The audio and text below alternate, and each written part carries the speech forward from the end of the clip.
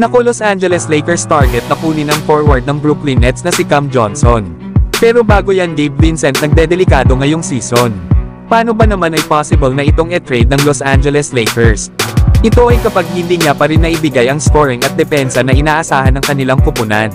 Sa loob kasi ng 13 games ay nakascore lang ito ng 38 points sa 54 shot attempts. Kaya naman ay nag-a-average lang ito ng almost 3 points at 1 rebounds per game. Na meron naman itong 27% shooting sa field at 17% shooting beyond the arc. Nakalaro nga rin ito para sa Lakers ng 18 minutes per game.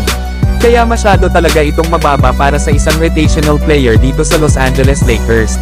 Mahihirapan kasi ang kanilang kupunan na makasabay sa ibang contender team dito sa Western Conference kahit maganda pa ang ipinapakita ng kanilang dalawang superstars.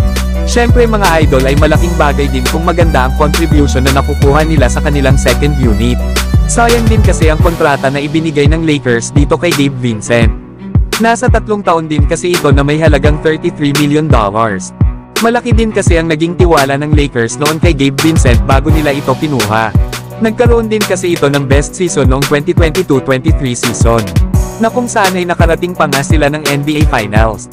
At dito ay nag-average si Gabe Vincent ng 9 points, 2 rebounds at 2 assists, na may 33% shooting sa 3-point line. Kilala kasi si Gabe Vincent sa kanyang ability na ma-stretch ang floor at sa kanyang pagiging sharpshooter. Pero sa unang taon nito last season sa Lakers ay 11 games lang itong nakapaglaro dahil na rin sa kanyang knee injury. Kaya naman ngayong season nga sana ito expected na isa sa mga player ng Lakers na tutulong sa kanila. Lalo at healthy na itong si Gabe Vincent. Pero sa hindi inaasahan ay patuloy ang kanyang pag-e-struggle especially na sa kanyang opensa. Pero kayo mga idol, dapat na bang i-trade ng Los Angeles Lakers itong si Gabe Vincent? Samantalang Los Angeles Lakers may isa na namang player na potential na maging target na kunin nila via trade.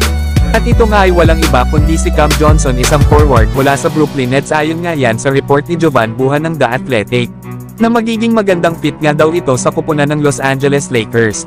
Si Cam Johnson nga ay isang forward na may tangkad na 6'8". Nasa pangalawang taon pa nga lang ito sa kanyang 4 na taon na kontrata sa Brooklyn Nets na may halagang $94 million. Na ngayong season nga din ay ang ganda ng kanyang ipinapakitang performance sa loob ng 13 games. Na kung saan ay nag-a-average ito ng 16 points, 4 rebounds at 2 assists per game.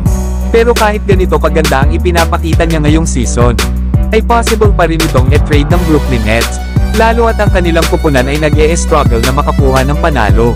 Na nasa pang-10 pwesto nga sila sa ngayon sa Eastern Conference standing na may record na 5 wins and 9 losses.